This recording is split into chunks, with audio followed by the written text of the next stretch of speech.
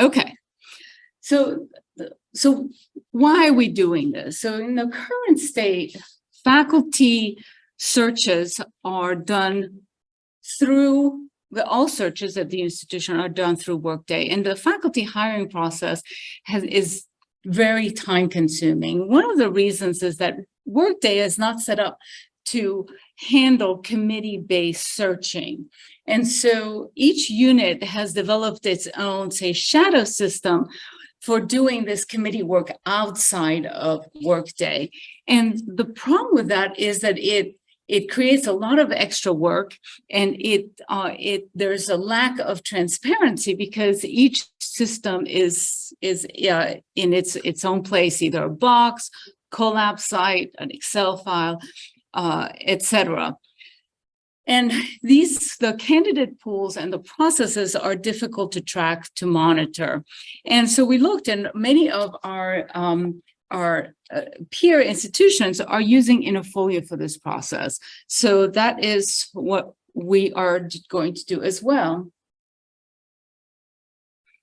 All right, so why Interfolio and what does it do? So it's one of the faculty search module in Interfolio is one of a suite of faculty affairs processing software that Interfolio provides. So we're implementing only the faculty search module. So why? What does it do for us? Well, it allows candidates to apply very easily because they have many candidates, because our peer institutions use Interfolio, they already have the materials in Interfolio. And so they just find our postings, and it's very easy for them to apply.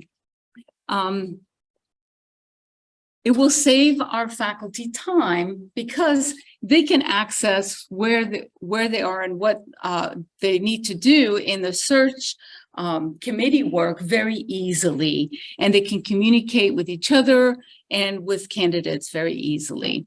It is customizable, so each school and each unit can implement their processes the way it makes sense for their discipline. It's an automated file management system that manages all of the files for the candidates, including their external letters when we request them. It gives the unit administrators and the deans transparency as to where all of your searchers are at any one time. And one of the things that really got me excited about Interfolio is that it allows us to embed best practices for searches directly into the software. For example, doing blind reviews and using evaluation rubrics and that are matched to the posting. So what will change?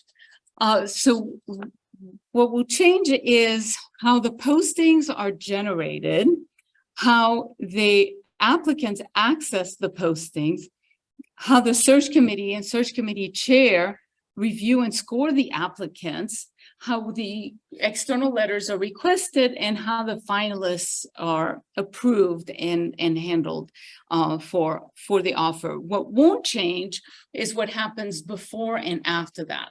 So the position approval by the provost's office is going to be the same as it is now through a smart sheet system, and the generation of the offer letter is going to be managed the way that it is now through recruitment. So we have gotten faculty input into this process through a faculty focus group, and there's going to be a faculty town hall similar to this one in a couple of days. So we wanted you to be a couple of steps ahead of the faculty. So I'm glad that you're able to participate today. All right, so this is a high-level process of how faculty searches happen. And I know that there are arrows here.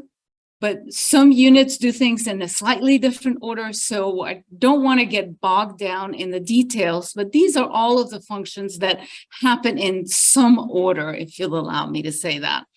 So there's a faculty hiring plan that is approved in Smartsheet, or there's an out-of-cycle hire that's approved. Then there's a faculty requisition that is created in Workday. Now, what's going to happen, so that light blue is the kind of a new system, is that those requisitions will create a job in Interfolio. And that is what we're going to be able to go in and modify to suit the needs of that unit. Then the faculty position is posted through Interfolio, applicants apply through Interfolio, hiring committees review applications in Interfolio, and then they provide that you do the interviews. Of course, they're in Zoom or in person, they're not in Interfolio. So the interviews happen, and then the candidates are selected in Interfolio. And then once the candidate has been offered and accepted, then that position goes back into Workday. That person is then moved, not all the candidates, but just that person, and is going to move back into Workday. So our goal today is we're going to show you a sampling, an example of each of those processes. We won't be able to show you the whole thing. And keep in mind that this is a demonstration that you're going to see. This is not your training, in the sense that you're not expected to take notes and to remember every click. We're gonna provide plenty of training when the time comes for you to understand how to exactly do it. This is so that it's not a big mystery. What on earth is Interfolio? That's the purpose of today. So next slide.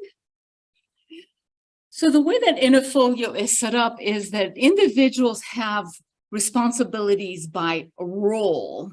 And so we wanted to show you the different roles that are assigned in Interfolio. And so you'll see on the farthest left, there's unit administrators, and that's you, presumably. Then there's the hiring manager, the committee chair, the search chair, sometimes the department chair, someone who is running it from a faculty perspective. That's the second column. Then there's the search committee member, those that are reviewing the applicants and scoring them and discussing who they want to invite. Recruitment, that's HR, is the recruitment team in HR, and the provost office and the dean's office. Well, provost office, that's me, and the dean's office is your boss. Okay, so let's focus on the unit administrator column, since that's what we're here to do.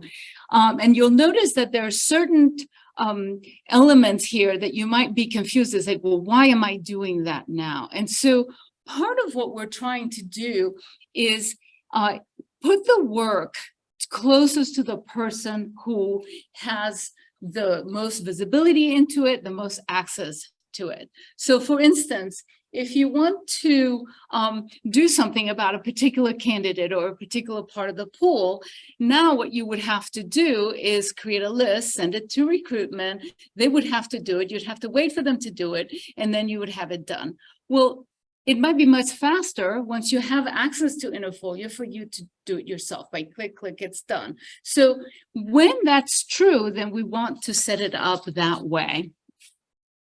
So I won't go through, we'll share the slides with you so you can look at all of the different aspects, but we're going to go through some parts of this coming up. So next slide, please, Lauren. All right, so this is a timeline. So it starts here in late March, but we actually started back in the fall. But this is we have assembled focus groups, and some of you may be serving in one of these focus groups to help us develop the system. I presented to Faculty Senate. I did a workshop with associate deans and department chairs. We did a demonstration for some of the faculty affairs staff in the schools and the HR business partners. Today, May 1st, we're doing a town hall for you, the unit administrators. On May 3rd, we're doing a town hall for faculty. That's Wednesday afternoon. And then most importantly, July 15th is launch. So any faculty search, only salaried faculty, any faculty search that is beginning, okay, after July 15th, on or after July 15th, will be in Interfolio. So any search that you have remaining, that you have open through Workday now, will just run its course through Workday. But anything new will be in Interfolio starting on July 15th. And then ongoing, as I said, there'll be just-in-time training for every role that we identified. So do not fret. This is going to be very easy. We're here to help you through this important change. All right, next slide, please. So for information that you might not have gathered today at this town hall, and there's an FAQ on a website that is hrvirginia.edu/Interfolio, and then coming soon, that's an implementation website, and then we're going to develop a operational website that's going to be called facultysearch.virginia.edu, and that's where you're going to be able to find all of the information that you need. All right, so without further ado, let's get started. So let's see this demonstration. So I want you to focus your attention on some of this capability that Interfolio has. Don't worry so much about the order in which things are happening, because many schools do things in a different order. We'll show you the perspective of the unit administrator, how the committee members are going to be interacting with the system, and the applicant experience. So you can get an overview of this really wonderful software. So I'm going to pause here and see if there are any questions on what I've covered so far.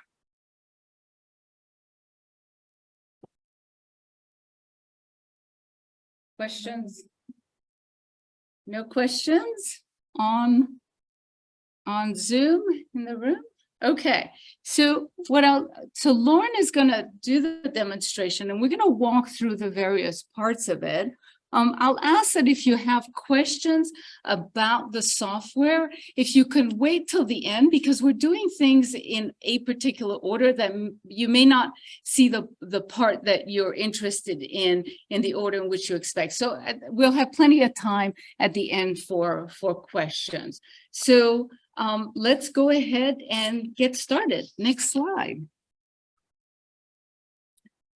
Okay, so we're gonna start out with, we're gonna try to do things in a particular order. That here we're gonna say the first thing that we need to do is we're gonna create and edit the position. So I'll remind you that Interfolio is totally customizable to what you need to do in your unit. So we're going to show you an example, and don't be surprised if on July 15th, when you do this, that it looks a little different than it looks today, because of course we're going to be customizing it for you, and we're still working out some of the implementation details about in Interfolio. So again, the position will originate with a recruiter uploading a requisition in Workday. Then there's an integration between that and Interfolio, and a position will automatically appear, poof, in Interfolio. So then we can edit all of those details, and Lauren is going to show us an example of that.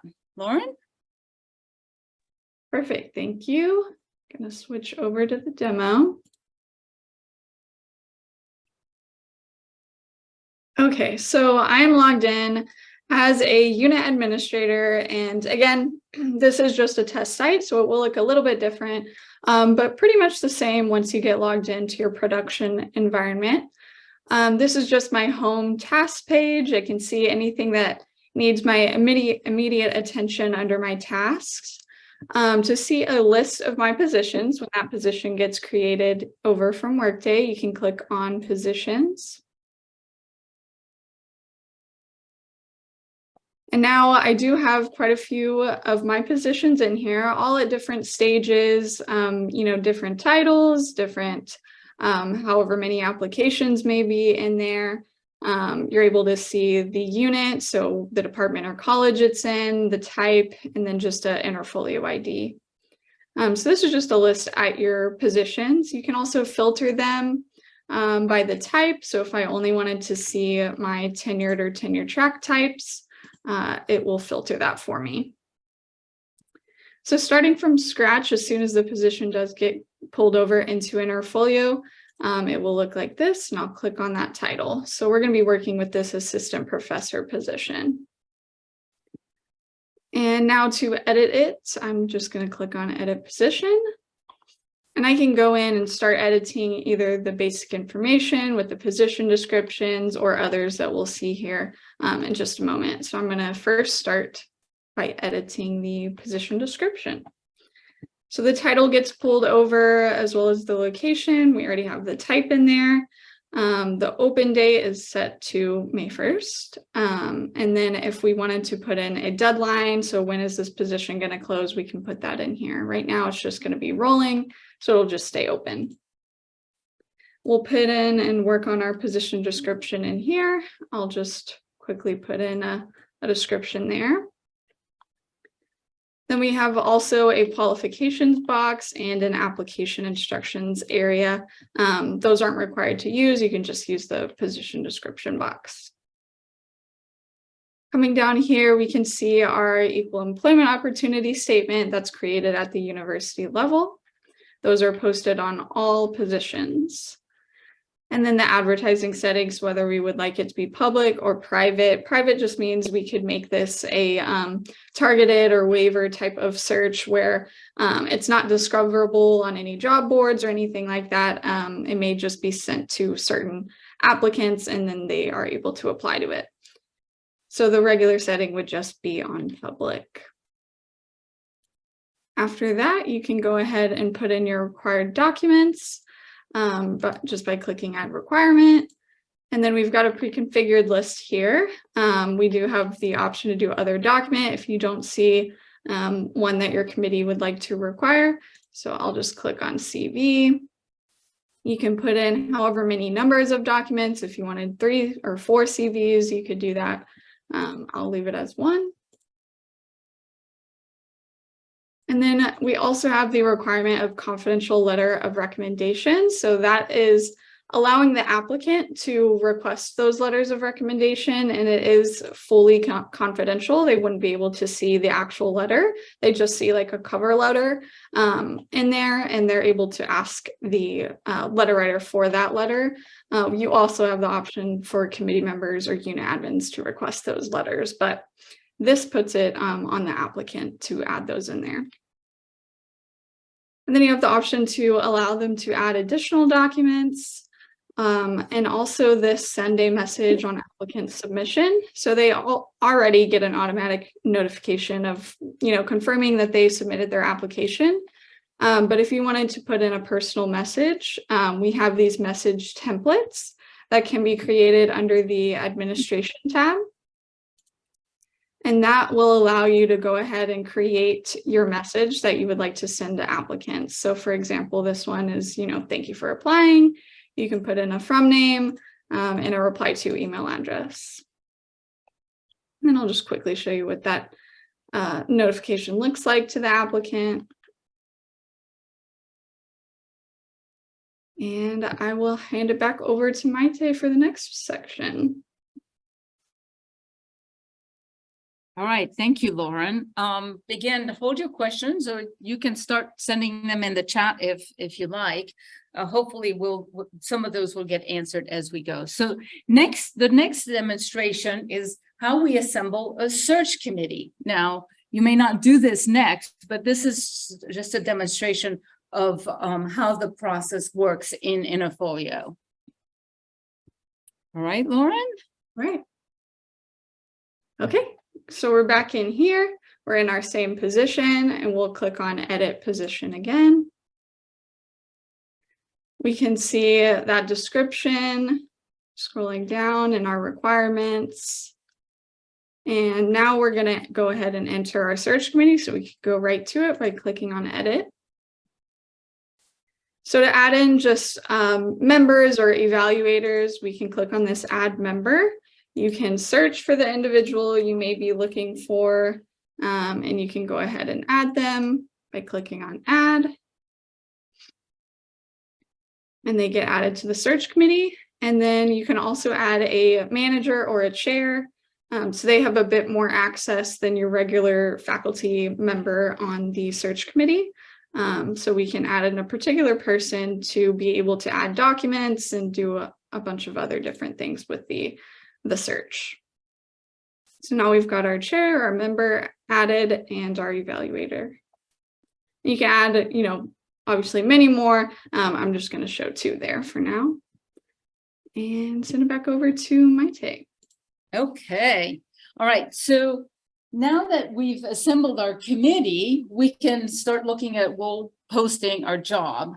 So and many schools involve their search committees in the development of the job posting. So that's why we put it in this order. But so this next step that that Lauren is going to demonstrate is how do you create the posting, and then how do you add the evaluation rubric? Now, this be something that you do much later in the process. We're just going to show it right now. And I wanted to just take a second to talk about the advertising of the position, because it's a question that comes up. So the advertising will happen very much the way that it happens now. There'll be a job board that we're still working on creating, so we won't show you that, but that's going to be a way that candidates can access the posting, and then you can also advertise the posting in ways that you currently do. Will also show up on Interfolio's dossier site. So Lauren, you want to help us post this job? Yeah, absolutely. Okay, so we're ready. I'm going to go ahead and submit it for approval. So we just have one approval step in here. Like Maite said, everything is customizable per college and department as far as the approval workflow. So I'm just going to put in a please approve message to my approver. Send it forward. Now we can see it's waiting for approval, and just what that looks like to the approver under here.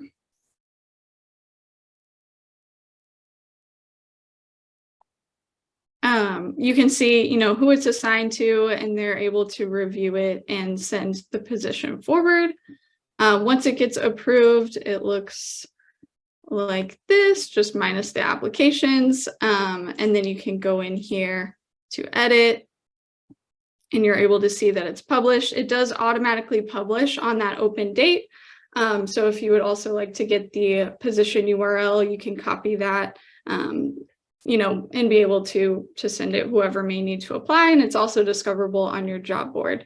So that is accepting applications. And now once you're ready to enter your hiring rubric, you can click on the evaluation settings. And so we've created some already in here. So they are just an open text box you're able to put in here. So if we wanted the committee members to evaluate such as teaching as a criteria, you could save that. And the committee members will be able to rate on a 5-star rating that we'll also see later. So we've got 4 criteria in here set up for them. And also the blind review will be turned on. Okay, so going back over to our slides. All right, so now we have the job posted. We have our committee selected. We have done our evaluation rubric. So now that the job is posted, candidates can start applying. Yay! So Lauren is going to show us what the candidate sees. This is the candidate experience of Interfolio, so that you kind of know what's on from the other side. Go ahead, Lauren. Yes. Okay, so this is what the job posting page will look like. Again, it might be a little bit different. Everything's still getting finalized on the job board. So we can see our description and then that EEO statement at the bottom there. So for the candidate, they'll just click on apply now. And if they don't already have a free dossier account, it'll walk them through creating their account, and then they'll be taken directly into the application just like this. So I'm already logged in as Phyllis, so I can go ahead and start adding in my documents. They'll just click on browse to upload and be able to add in their CV. They'll be able to indicate what type of document this is. So this is a CV. And then we do have that confidential letter of recommendation requirement. So we can see it won't, allow them just to upload any document. It does have to be a confidential letter of recommendation. I'm just going to skip that for now. The next part of this is them just reviewing their information that they have. So we've entered an address and we have our education, so our highest degree earned. They do have the option to click I prefer not to disclose, or they can just go ahead and put in their information. And then this is the current just faculty application form that we've made for all positions, and I'll just put in a number there. And we are still, confirming all of these questions as well. So it may look a little bit different. And then lastly, they will fill out the EEO form. We'll go through here.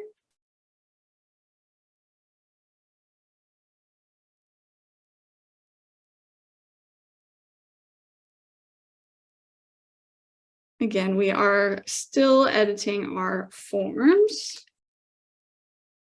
So this isn't totally official of how it will look, but will look pretty much the same. And then lastly, they will just review their application. They can see they still need to do that confidential letter of recommendation. So they can always come back in here and edit and then submit when they're ready. All right. And then I was also going to show you what that looks like now from the unit admin's perspective. So if we go into our position that is still accepting applications, they're all applying here, and we can see they've already been checked for minimum qualifications met, and that status has been added to them. Now, to pull a report on your demographics, if you would like to see, how your pool is going for this particular position, you can click on reports. And then if we want to look at that particular position, we can find it in here. Look at our assistant professor.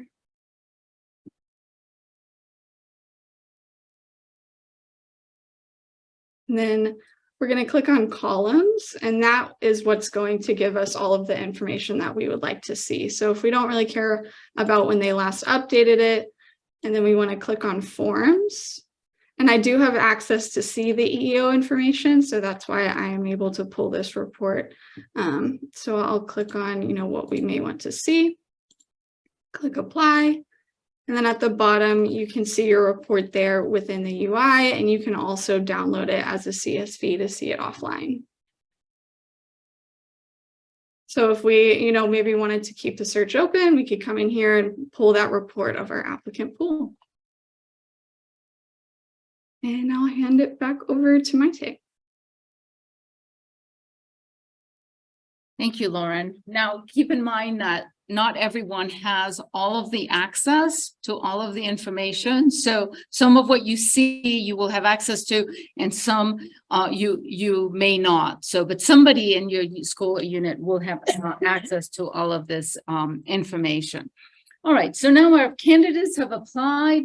I wanted to then the recruiter has checked that the minimum qualifications have been met. And so it's now time for the search committee to start doing their work.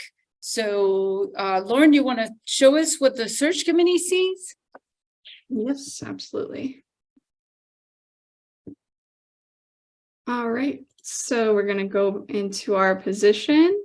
And now the evaluators are going to be able to start reviewing. So we change it to reviewing applications on the position status. And now we can see all of our applications here. As the unit admin, I get a little bit of more ability here. So when I select all of the applicants, it brings up some additional permissions that I can do with these applicants, such as this tagging tool. So if we wanted to come in here and start assigning certain reviewers to certain applications, we could do that with tags. So I'll click on add new tag and I'll assign Lauren to review.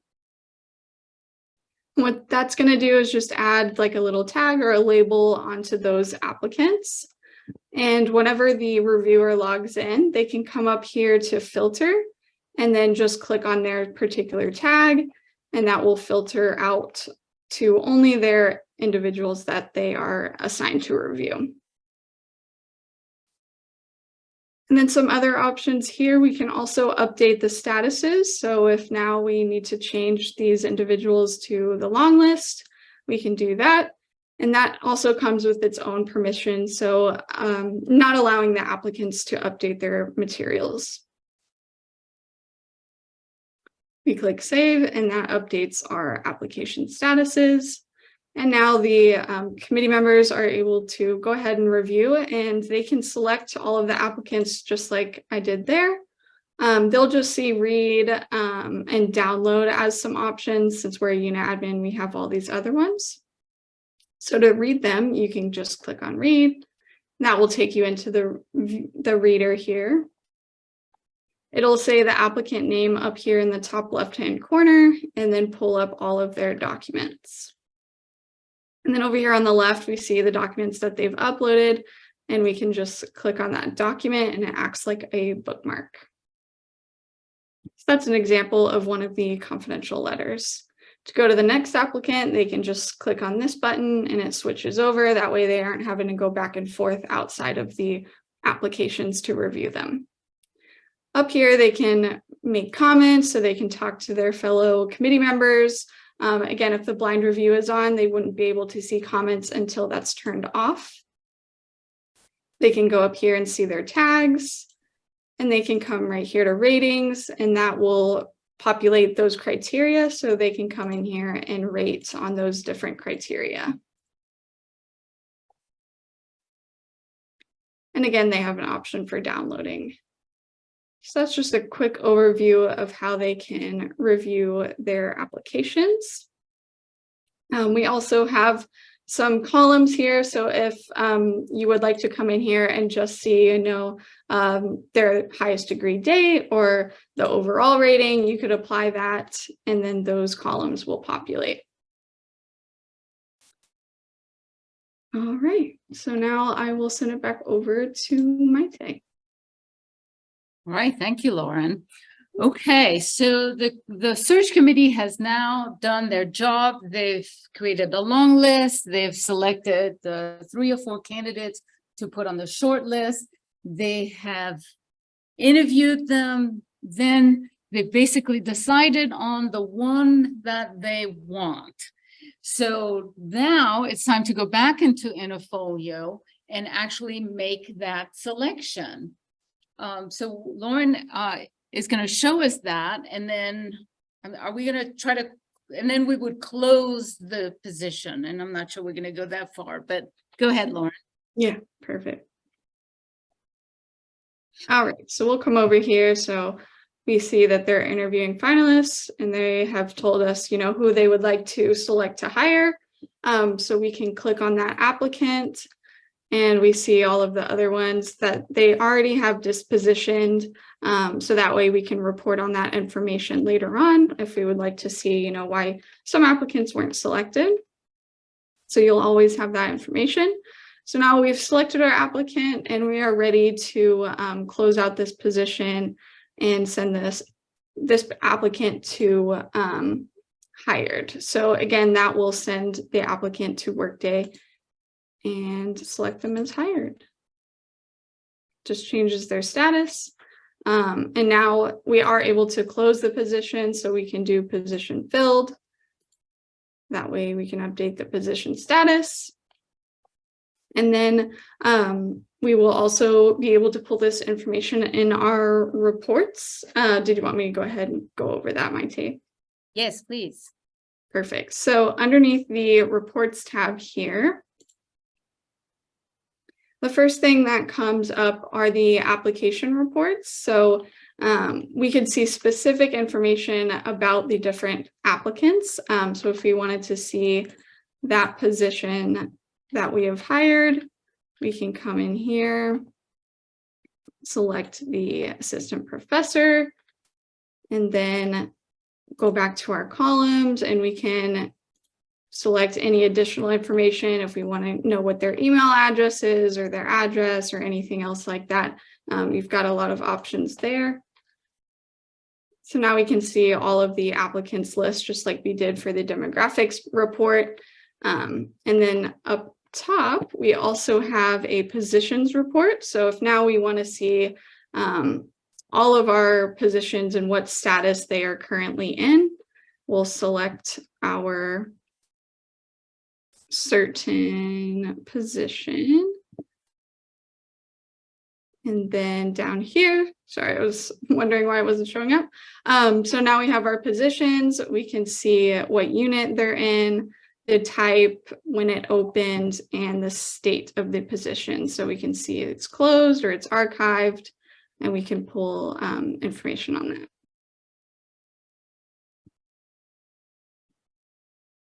All right. And we'll go back over into our slides here. Okay, thank you, Lauren.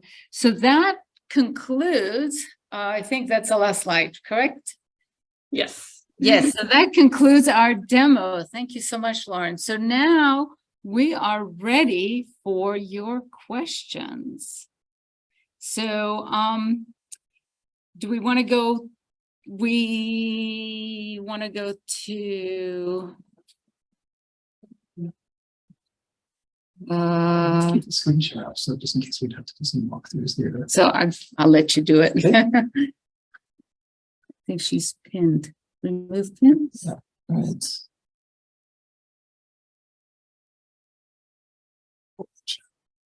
Side where Oh, okay. so, or do you want to just? I don't want to see them. You know, okay. Yeah, I don't want to Too see. much on the screen. Yeah, All right. I want to see the people. Oh, got it. Oh, I can stop sharing. Yeah, I think you can stop sharing. Okay. Okay. Yeah. Okay, so from the live audience first, since you were kind enough to come to this in-person event, question?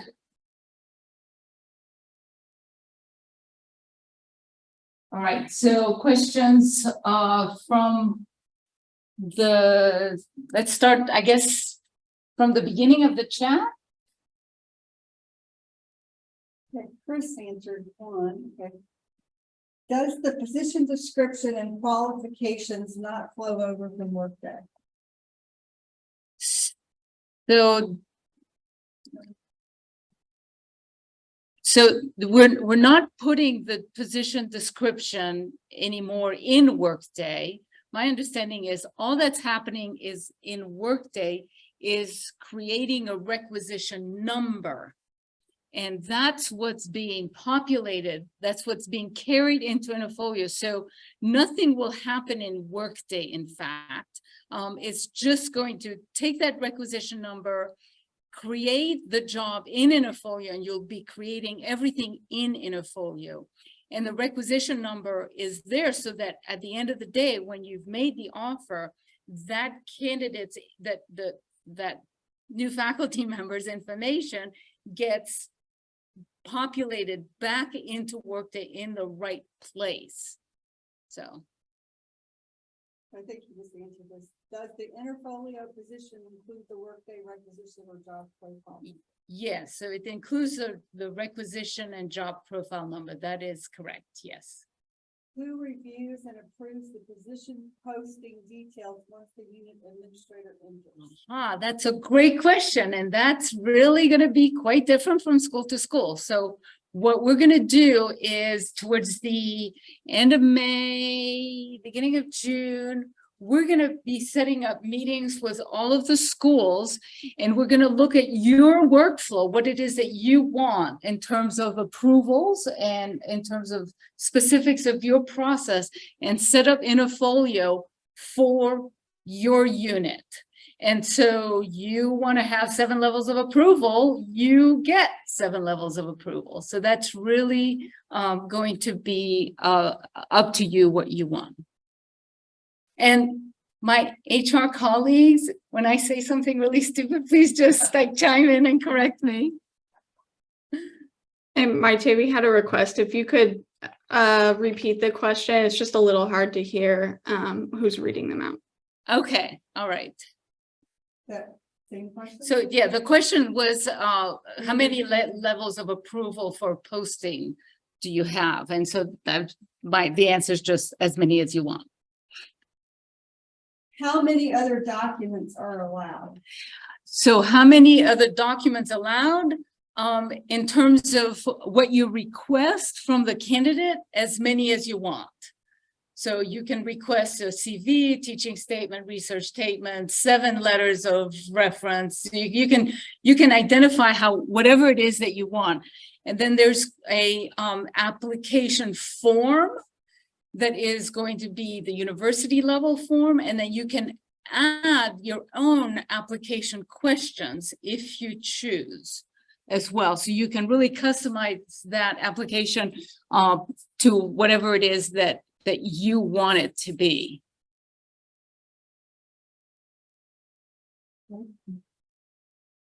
How does the system know who is up to date on their training? How does the system know who is up to date on their EOCR training? I assume that that's what they mean. Okay, so this is work in progress, right? So right now, it's a collaboration between the unit administrator and the recruiter to try to identify who is up to date in their training, because the recruiter is the one who knows. So we're trying to set it up so that's something that the unit administrator should be able to see directly. So we're collaborating with EOCR to put that information directly, potentially in Workday, so that you can look people up and say, they're up to date in their training. So that's what we're hoping to get.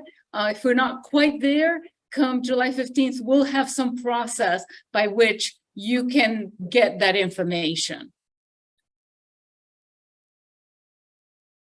Can you clarify what steps of this are duplicate to Workday and which are unique just to Interfolio? Yeah, so the question is, what are these steps that we did are duplicative of Workday and what are specific to Interfolio? So my understanding of Workday, and I am not an expert, but if you were to conduct the search entirely in Workday, like we do for some of our staff positions that don't require a big search committee, it's basically the same steps. You create the position, you evaluate based on criteria, etc. So, but now we're not doing it in Workday. So Workday never launches that process. You're doing everything in Interfolio. So instead of what you would do in Workday, like dispositioning candidates, you're going to do that work now in Interfolio. So there's not going to be any duplication at all, I'm hoping. All right. So But just the integration, right? So you create a rec in Workday and that rec does show up is in two places, but it's all. right. Okay. So yeah, I think there's speakers all around. So did everybody hear Julie Bird from HR answer the question? No. No. Okay. So I wonder. Okay, so the only duplication is that the position will exist in two different places. It exists in Workday and then it exists, the speaker's in the middle of the room, so, and it exists in Interfolio. So, but there's, once the provost office approves a position and it's created in Workday, it automatically creates a position in Interfolio. You never have to go into Workday at all. So you start in Interfolio and end in Interfolio. And then when you end it in Interfolio, it just magically goes back to Workday. Fingers crossed that it magically goes back to Workday. That integration, of course, is currently being developed. So. What outside job boards is the posting sent to? Example is Indeed.com. And do they meet diversity requirements? So my understanding is that you can send the job posting anywhere that you want once it's created in Interfolio. So that doesn't in fact change at all from the way that it is currently. Then there will be a job board, a UVA job board that people can search through, a faculty job board that at UVA, but then you would send it the same way as you do now to other venues where you want the position posted. And then in addition, Interfolio has a job board. And so people will be able to, candidates will be able to search that job board because it gets automatically populated into that. And they have thousands of positions because so many universities use Interfolio. So not different from now. Does URIM data get shared? URIM, give me more.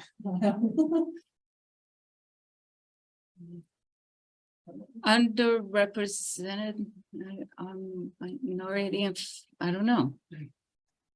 Underrepresented in medicine. Oh, so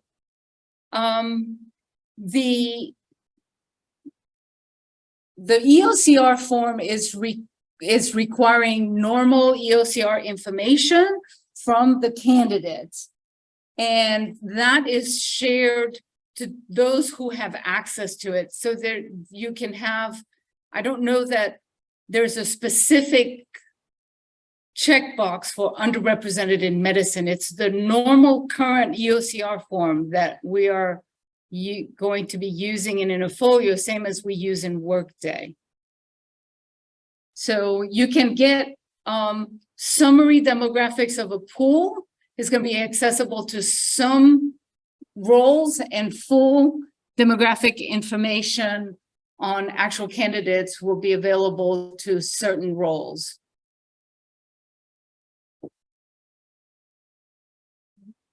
Yeah. Can you leave the position open until the candidate has officially accepted in case we have to go back to the pool for the second choice?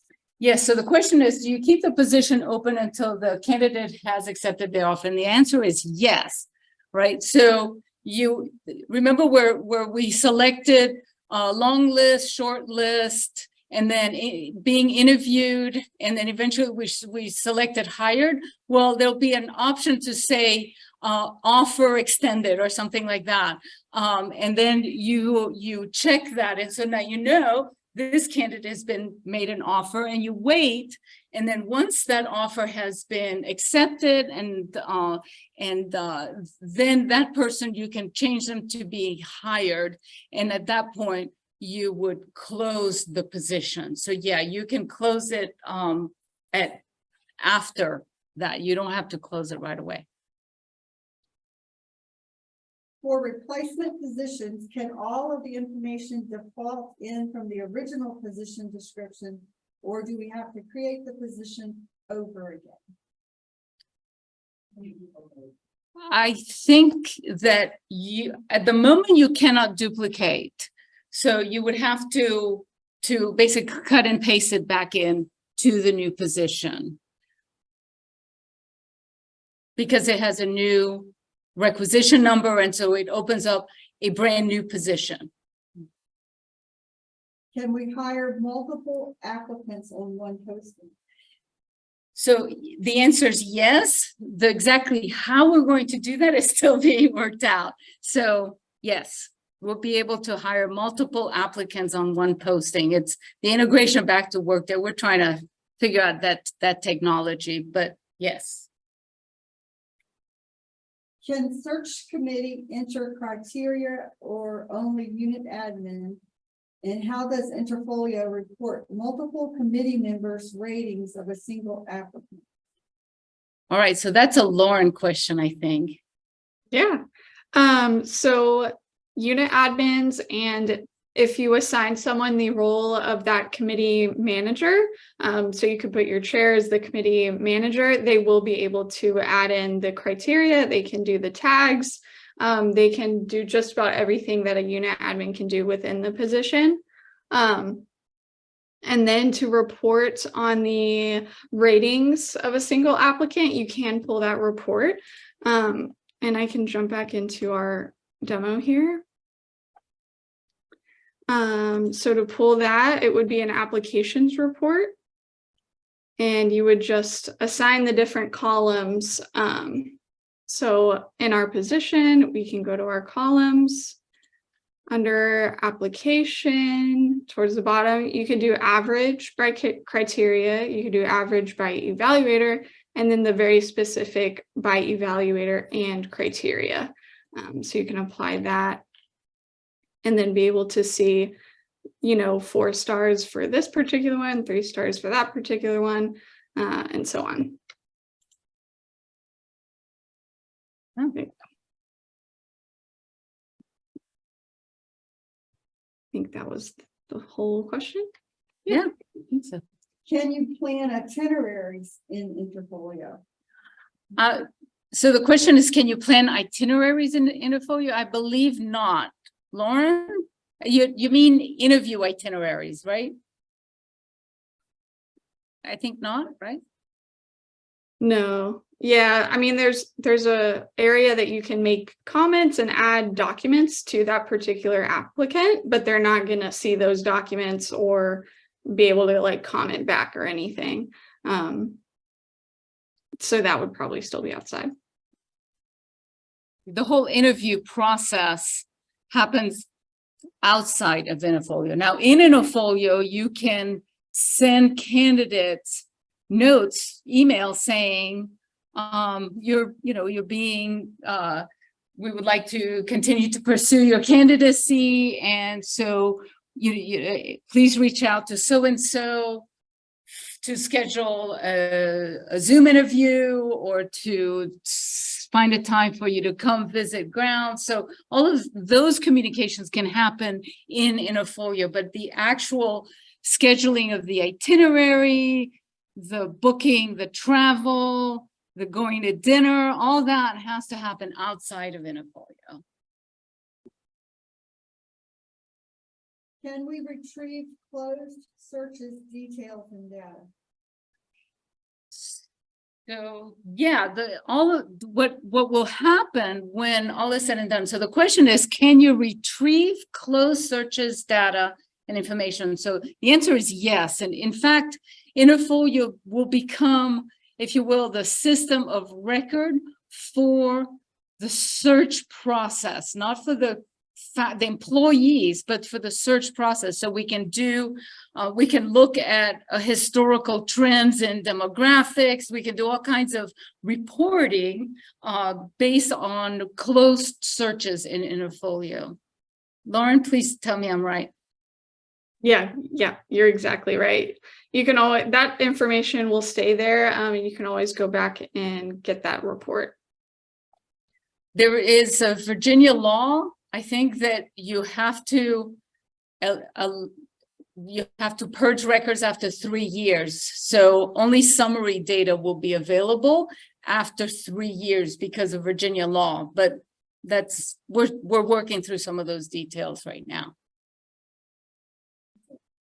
That's all the questions. Yes? So other questions, feel free to raise your hand or jump on if you have lingering questions. Are you excited about using Interfolio? Does this look like a good system? I don't see any thumbs up.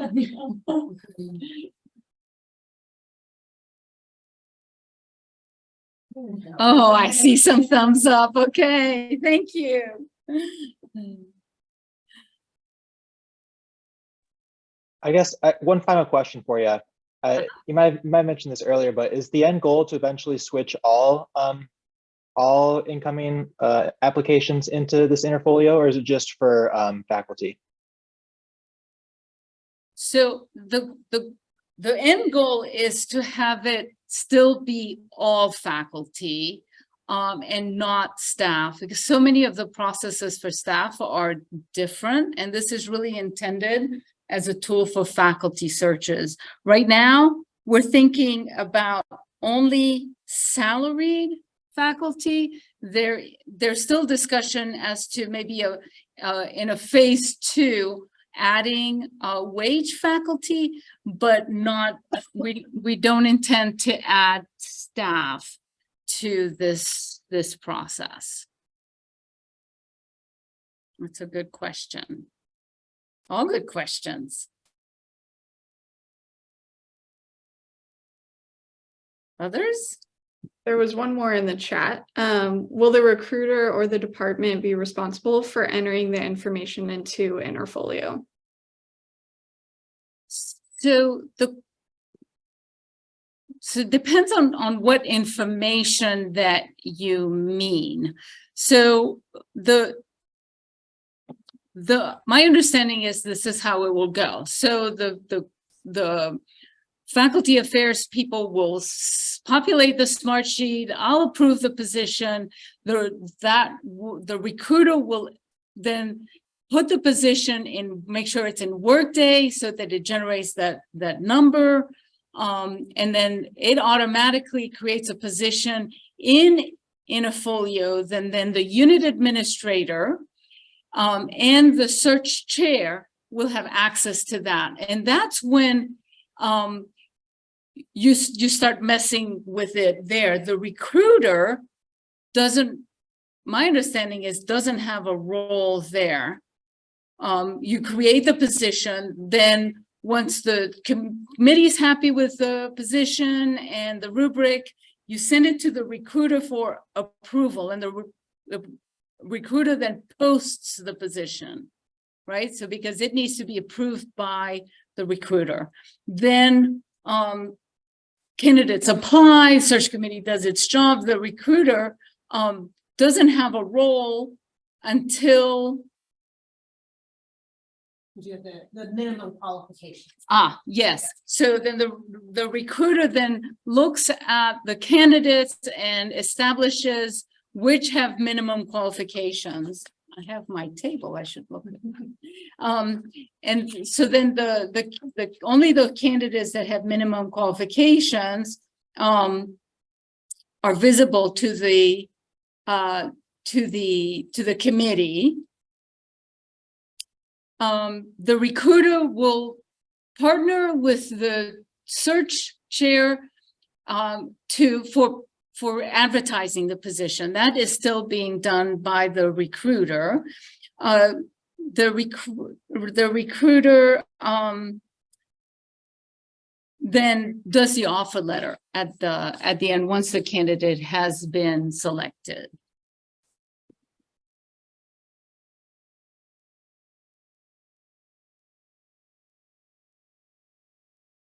Did I miss anything, Chris?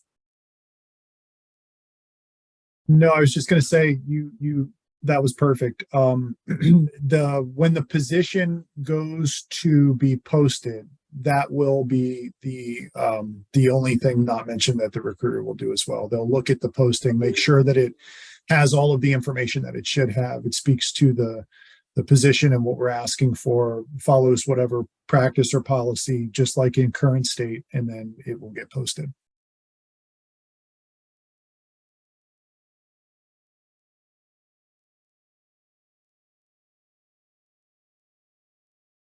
Other questions?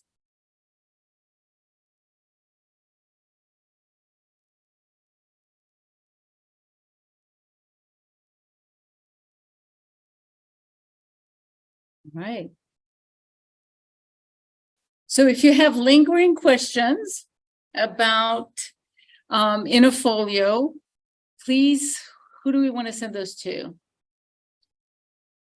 So, yeah, so send them to if you don't mind putting in the chat, VPFA, Vice Provost for Faculty Affairs, VPFA at virginia.edu. And then we'll collect those and we'll make sure that we can answer all of your questions. And now remember that this isn't training, this is demoing, so that you know what's coming and you get familiar with the system so that it doesn't take you by surprise. It's like, wow, what is this Interfolio thing that is popped up in my mailbox?